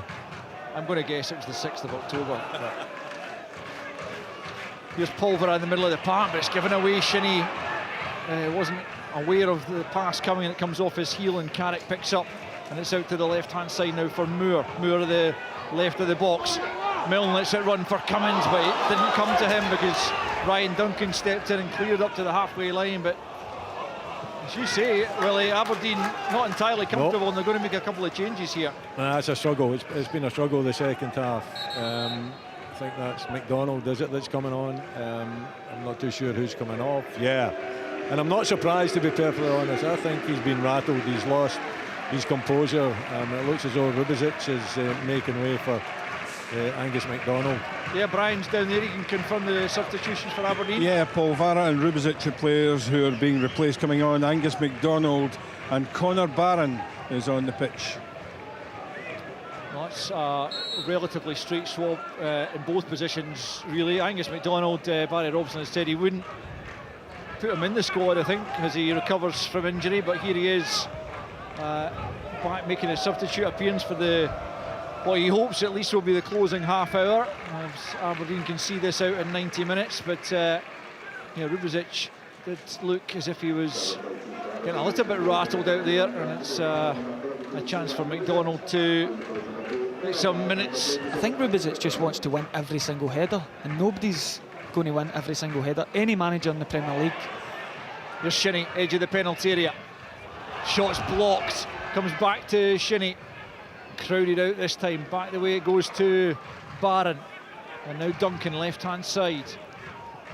Slides it forward, looking for the run of Duke. Duke will keep that in, but he's well challenged by Cummins there in the right-back position. Not only wins the ball back, but manages to clear, but only as far as Barron, who comes back out to the left-hand side to Clarkson. Now Duncan, almost at the goal line, left-hand side. Cross takes a deflection, half cleared. Duke can't bring it under control. Cleared once more as far as Barron. Barron can't get the shot away, so goes out to the right-hand side, and it's Devlin for Morris, looking to take on Clark once more. They're doubling up with Moore out there as well. Goes back to Devlin, it's a deep cross. Duke's first touch just couldn't quite bring the ball under control. And again, Stirling Albion managed to get it clear. Just over an hour played. And it's still Stirling Albion 0, Aberdeen 1. I think the change with Connor Barron coming on as well, and it's an area that Aberdeen haven't dominated the midfield area in the second half. They've barely dominated it throughout the game. And Shinnie has kind of seemed to have drifted out. I think you've now got Clarkson and Barron in there. I think Barry Robson will be hoping that they get more control of the ball in the midfield area, and even if it's just to slow the game down, to get more consistency in there, to not be constantly giving the ball away and allowing Stirling to come at them and cause problems defensively. As far as Rubezic is concerned, I've had my say in that. I won't say any more. Maybe touch on it after the game. Here's Barron for Shinnie. And out to the right-hand side for Shinnie once more as Morris picks up on the angle of the box. Devlin manages to squeeze in the cross, comes to Duke. Again, his first touch doesn't quite help him out. Good shot, save, oh, it's an off the bar. It's Leighton Clarkson. What an effort from Leighton Clarkson. We've seen so many quality strikes from him in his time in Scottish football, and he leathered that in with a left foot off the crossbar, bounced back over the line, and it's Stirling Albion 0, Aberdeen 2. It's a brilliant finish from Leighton Clarkson. I think Barry Robson with the double change, he changed to a 4-3-3, he's brought the Duke out to left wing. All of a sudden it's something different for the Stirling Albion defence to think about. It's bobbled about in the box, and Leighton Clarkson on his left foot still gets so much to do, and it's just a clean strike off the inside of the bar. Yeah, it's good work again, but Devlin down the right-hand side too, to get the cross in.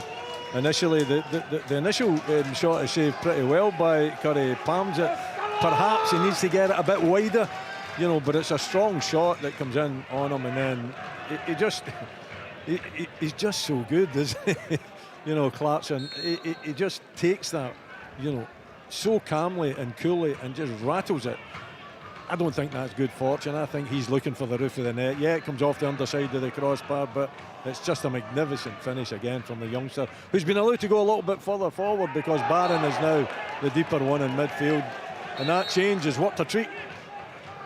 It's a fabulous finish. Leighton Clarkson's first goal of the season. 6 he got last year on loan from Liverpool, and I think each of those was an absolute beauty, and that one was no different, rattling it in off the underside of the crossbar as Stirling Albion look to respond into the penalty area. It goes, it's cleared away, and Aberdeen will certainly feel a lot more comfortable now with that 2-goal cushion. Might not be quite dead and buried with about 25 minutes of the 90 left to play, but certainly, Stephen, they'll be feeling a lot better about themselves having got that second goal. It's a beauty of having goals around the team. This Aberdeen team have got goals with Duke and Miofsky. Clarkson's going to chip in at times. You obviously want Shinnie and Morris to chip in, but you feel that this Aberdeen team can score from different scenarios, and it can just take the game away from teams like Stirling, who have gave it everything, but Aberdeen have scored at right good times.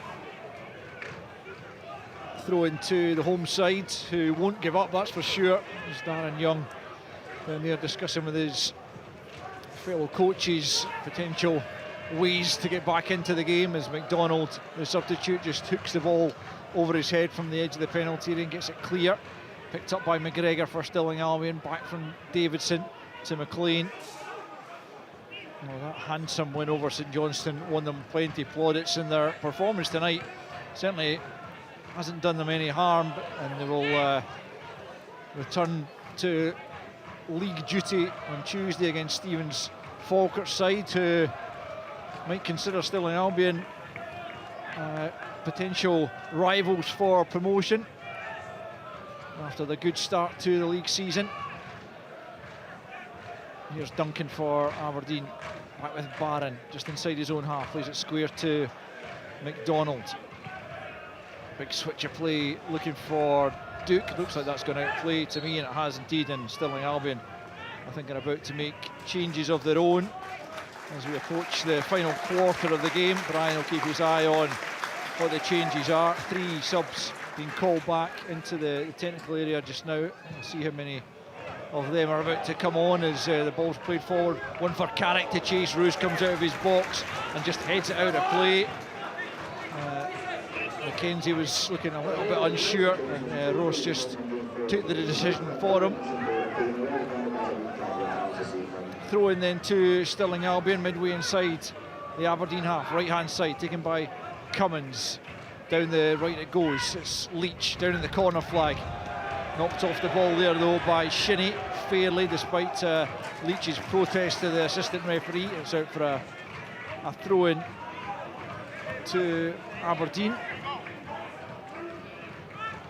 Brian's got news of the players who are about to come on, Brian. Yeah, there's going to be 3 changes made. Kyle Banner's coming off, Kieran Moore, who suffered that knock just after the start of the second half, and Dale Carrick, who had that opportunity, of course, just before half-time. Aaron Dunsmore's coming on, Greg Spence, and Robert Thompson, experienced striker, also coming on.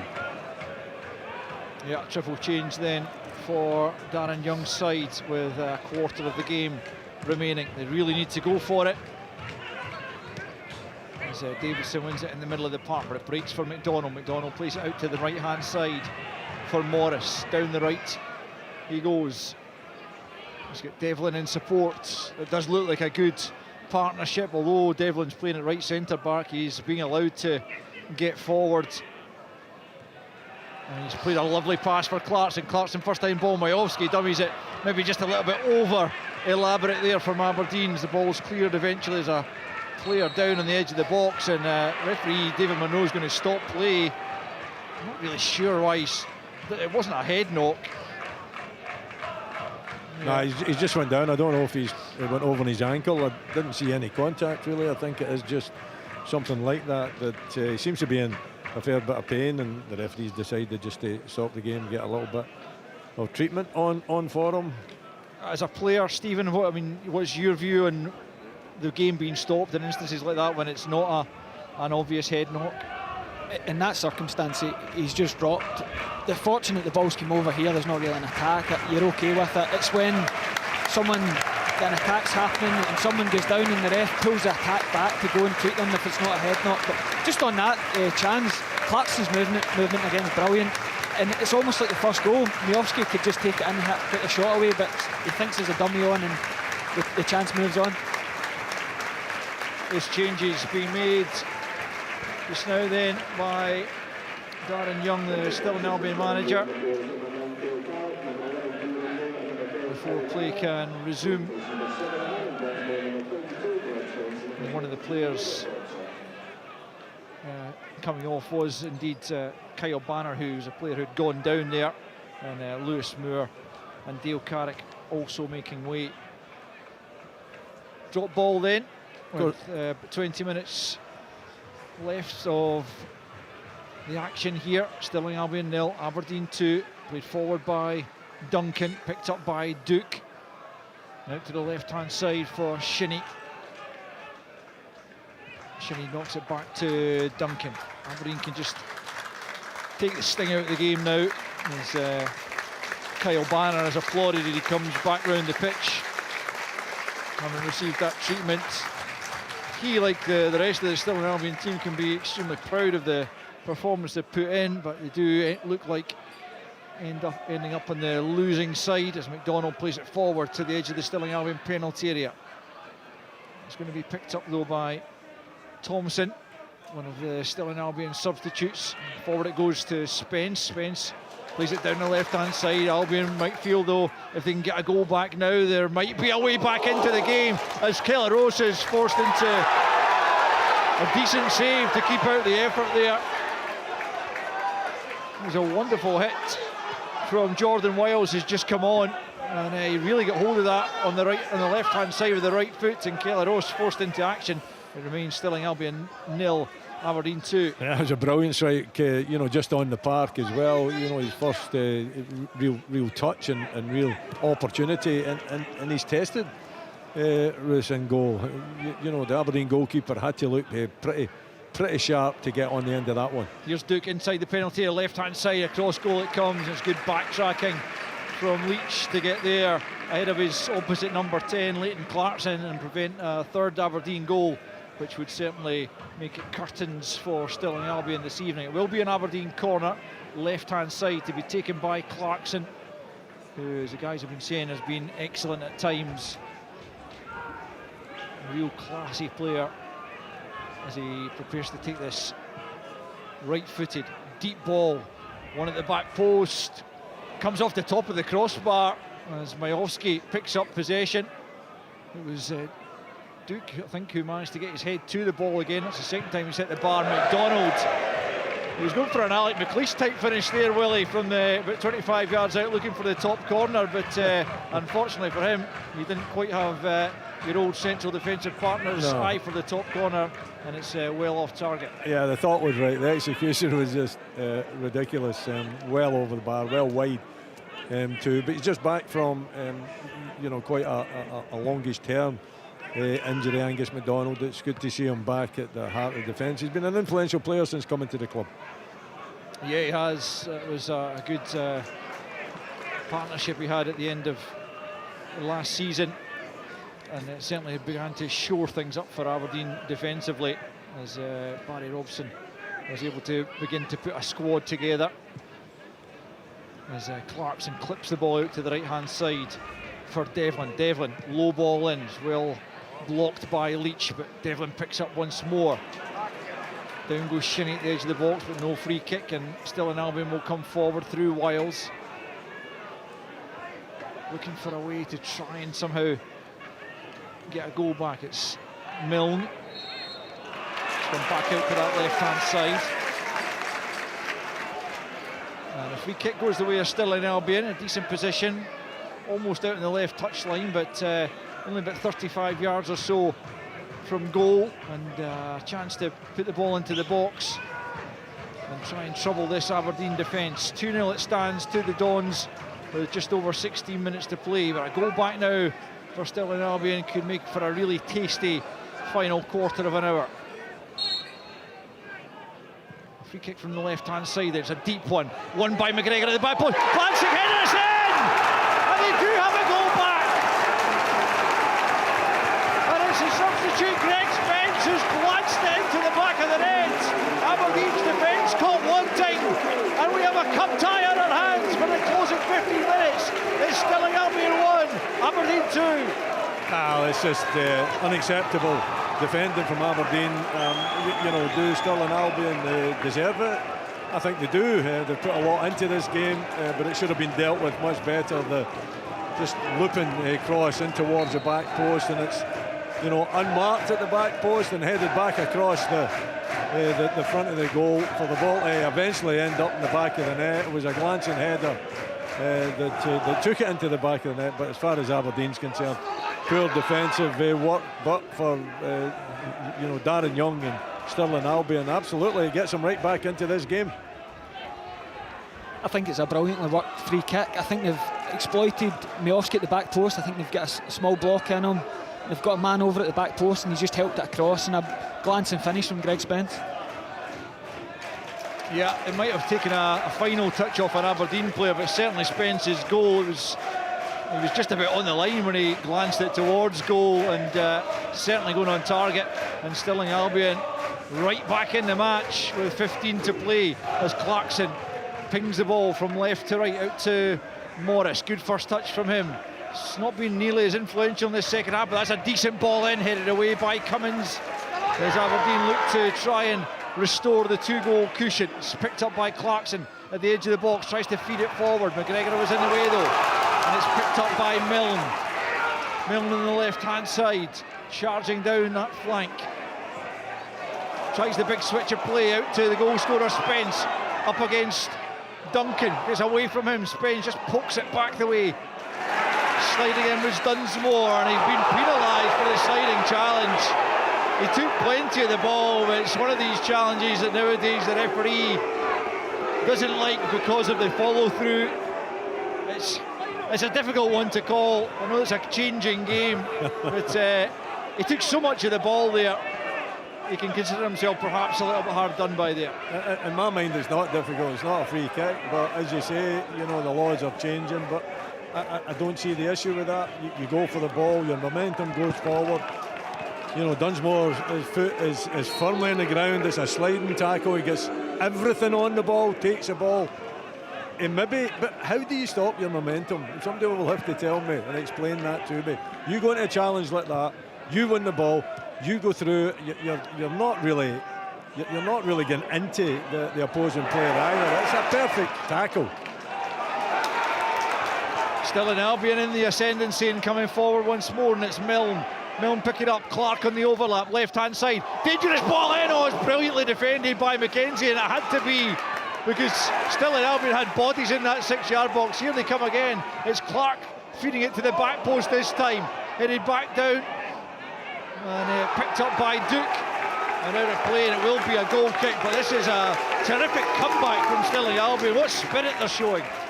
Nicky Devlin's going to have to get tighter to Lewis Milne. He's starting to really get space in the ball to drive at Aberdeen, and he's been one of Montrose's best players for the last few seasons. I think he's a brilliant signing for Stirling Albion, and if you give him space to run into, he's got the quality to deliver good balls into the box. 12 and a half to play. Stirling Albion 1, Aberdeen 2. Greg Spence, the substitutes, bringing a new lease of life to the home side here. And here goes Robert Thompson chasing the ball down the right-hand side. Good challenge from Mackenzie to knock it out of play. Throw in quickly taken. Dunsmore, another of the substitutes, keeps the ball in. It's a great cross, actually. Might fall for Leach, and it's knocked away by McDonald from inside the 6-yard box. And it does look like if anyone's going to score another goal, it could well be the Albion. And it's going to be a throw in here to. It wouldn't shock me if they were to take Morris or Duke off here and try and solidify their performance here. Yeah, Aberdeen certainly on the back foot, just as we kind of began to think that it was all wrapped up for them with that the second goal from Leighton Clarkson, I felt probably would kill Stirling Albion off, but shows you what I know. As Stirling Albion have come right back into it. The inspired substitutions from Darren Young, and it was Greg Spence nodding them back into the game. It's a throw in to Stirling Albion over on the far side, the Albion left. We've got 11 minutes left of the 90. Forward they come once more. It's a very adventurous effort from Greg Spence, whose confidence is up, but from 30 yards it's going to take something special to beat Kelleros. News of another Aberdeen change, Brian McLaughlin. Yeah, some worried faces down here. It's going to be Esther Sokler who's going to be coming on, the 24-year-old from Slovenia, and he's replacing number 11, Duke. Not surprised at that either. Duke's been very, very quiet tonight. He's hardly taken part in the game, so Sokler comes off. He's a hard-running striker. Yeah, you know, two up top, and I think what Barry will be looking for is a simple game. You know, get it out of the danger area as far as Aberdeen's concerned. Get it up the other end of the park. Let the two strikers go and cause issues up there and get up behind it and just keep it as simple as you possibly can. Aberdeen have brought this on themselves. You know, you get that second goal. If you defend properly and do what you should be doing, then it's not an issue. But the way they defended that the Stirling Albion goal just tells you that they had switched off. And you know, the players out there will not realise how difficult these ties can be. They're certainly getting the message just now. And as for Stirling Albion, it's been a brilliant performance from them. They have never let their heads go down, even when they went 2-0 down. And you know, Dan Young, he made the substitutions, and substitutions are certainly working for them as well. Throw into Aberdeen. Down the left-hand side it goes. Up to Sockler, and then helped on by Clarkson. Mayossi gives chase. McLean's with him, left-hand side of the penalty area. McLean's done well. Just knocks it out of the box, and it's out of play now for a throw-in. 9 to play. Stirling Albion 1, Aberdeen 2. Still on a knife edge as Aberdeen look to secure their place in the quarter-final before moving on to the European stage. They have to have their full focus on the closing stages of this game as they concede a free kick deep in Stirling Albion territory. And Blair Curry will come out of his penalty area to the right-hand side to take this one. And this is going right down the middle. One for Thompson, and Spence to challenge for here. It's over Thompson. It's the head of Ryan Duncan that meets it. Out of play it goes for a Stirling Albion throw-in. Really good atmosphere inside Fourth Bank. Around about 3,500 I think they were expecting, and plenty of those are home fans as Davidson plays it into the Aberdeen area. Knocked away by Morris, not convincingly though. Comes to Milne, Milne spins. Can he get the ball through? Just wouldn't break for a teammate, and it's cleared away by Duncan, but it's desperate defending at times at the moment. Anywhere will do for Aberdeen. They just cannot afford to lose another goal.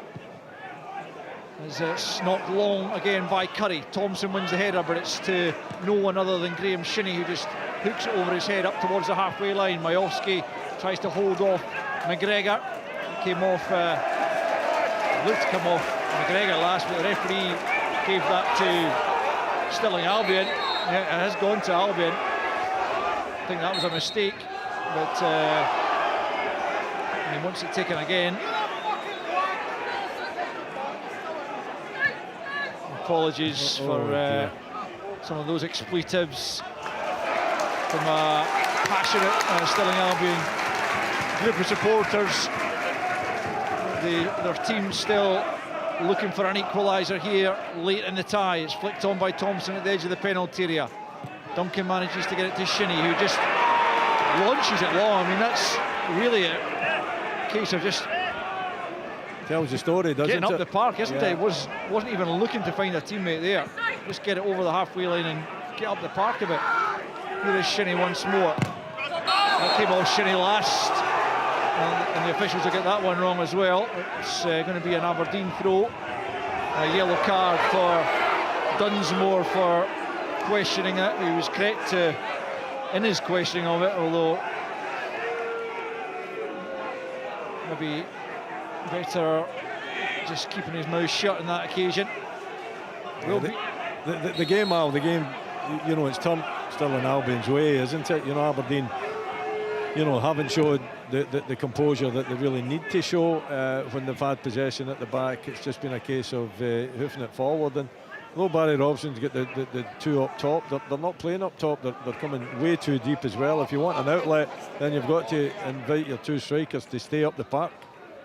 Shinney's bought Aberdeen a corner on the left-hand side, and this is exactly where they want to be at this stage of the game. With 6 minutes to play, 2-1 they lead. But it's a precarious lead just at the moment, and it's them that are taking the time over the set pieces now. Trying to tick the clock down towards the 90. Clarkson to take then, left-hand side, right-footed. Young midfielder. It's another deep one. McDonald will give chase. It was flicked away from him by McGregor, but McDonald picks up possession and finds Morris, right-hand side, away from McGregor. Almost down at the corner flag. It's a good cutback.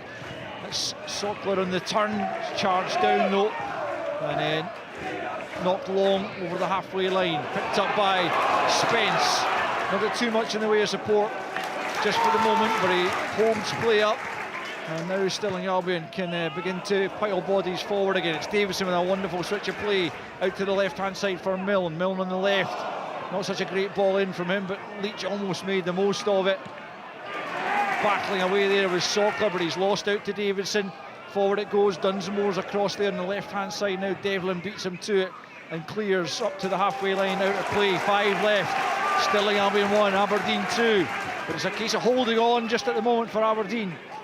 Well, it is, you know, but it's throw everything that you've got at Aberdeen and get them tested. They haven't defended particularly well in the last 20 minutes or so.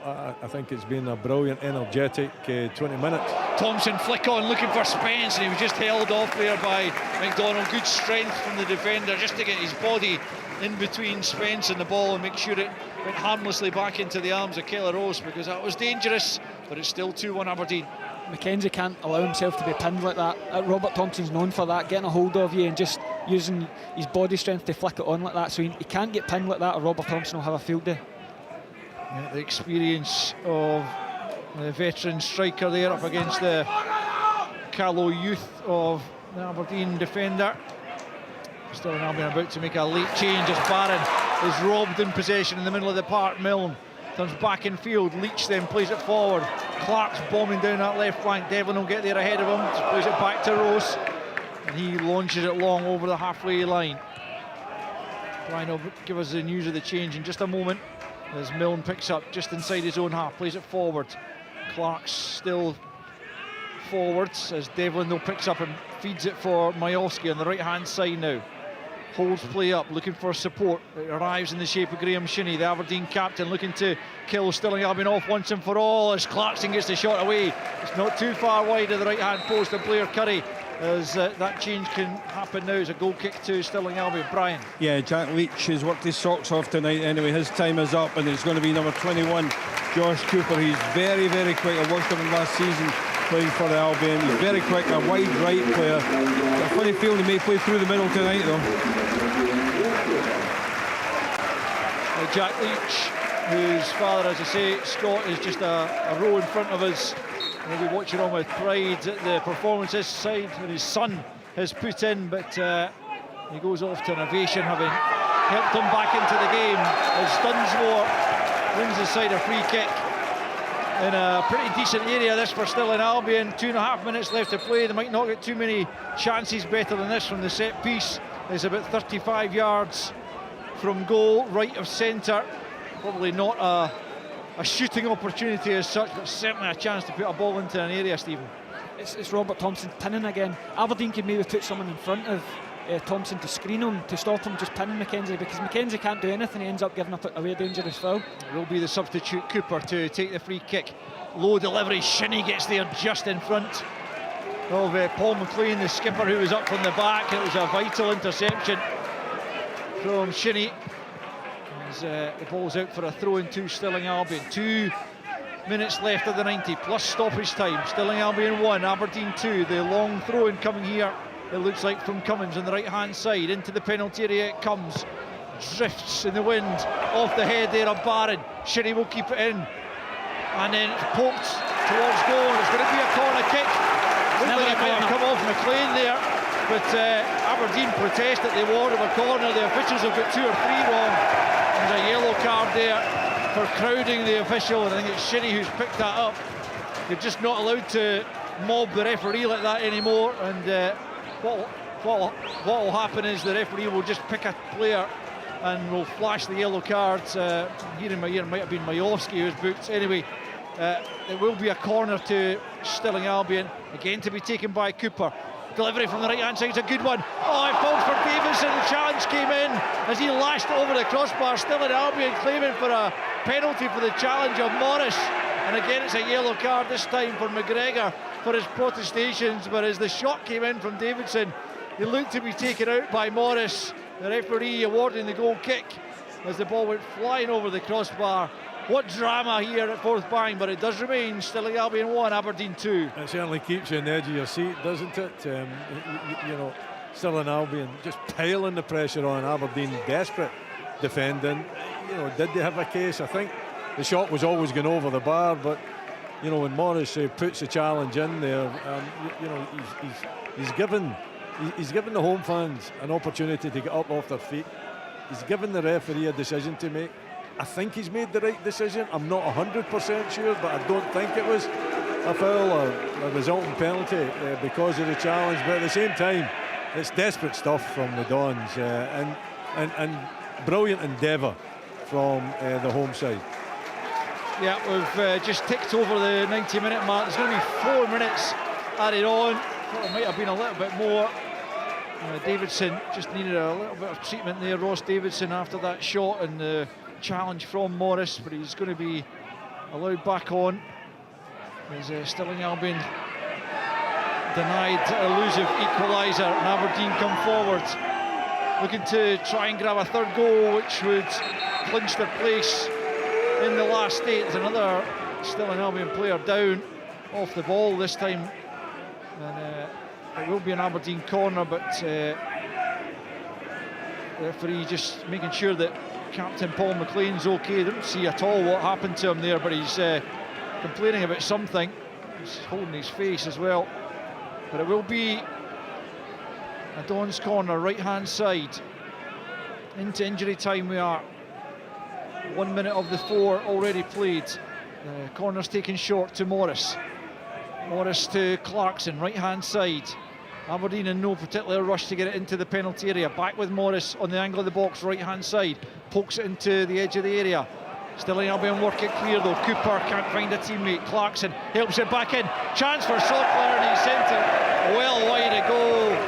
Dreadful effort from the substitute. He was stretching, in fairness to him, but he couldn't hit the target. And it remains Stirling Albion 1, Aberdeen 2. I don't think he's stretching that much, Sockler.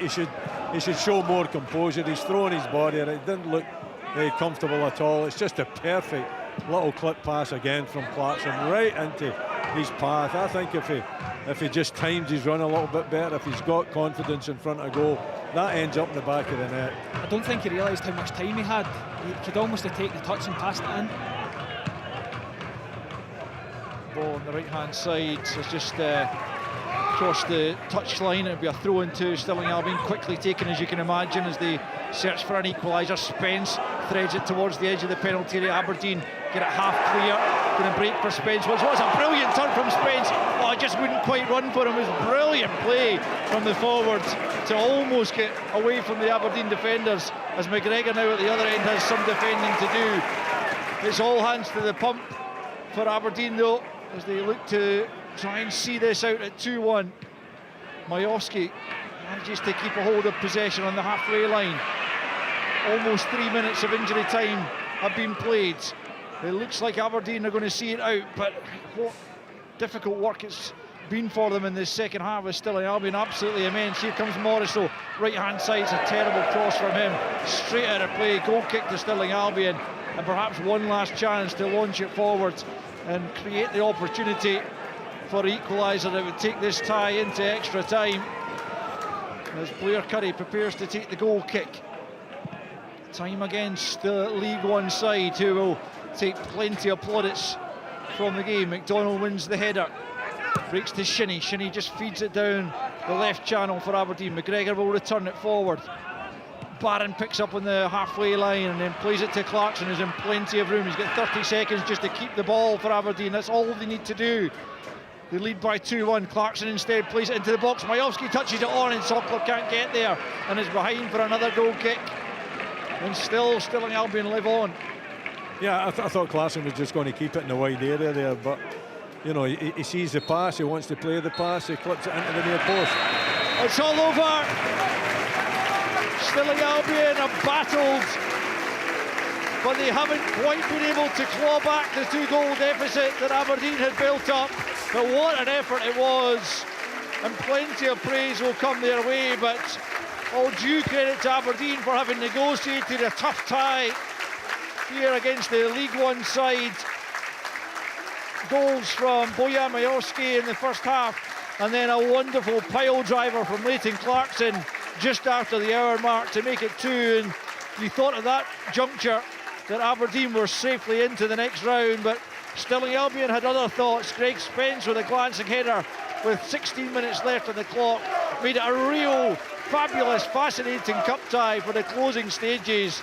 But try as they might, they couldn't find their equaliser, and so Aberdeen are the first name in the quarter-final draw. But boy, were they made to work for it this evening.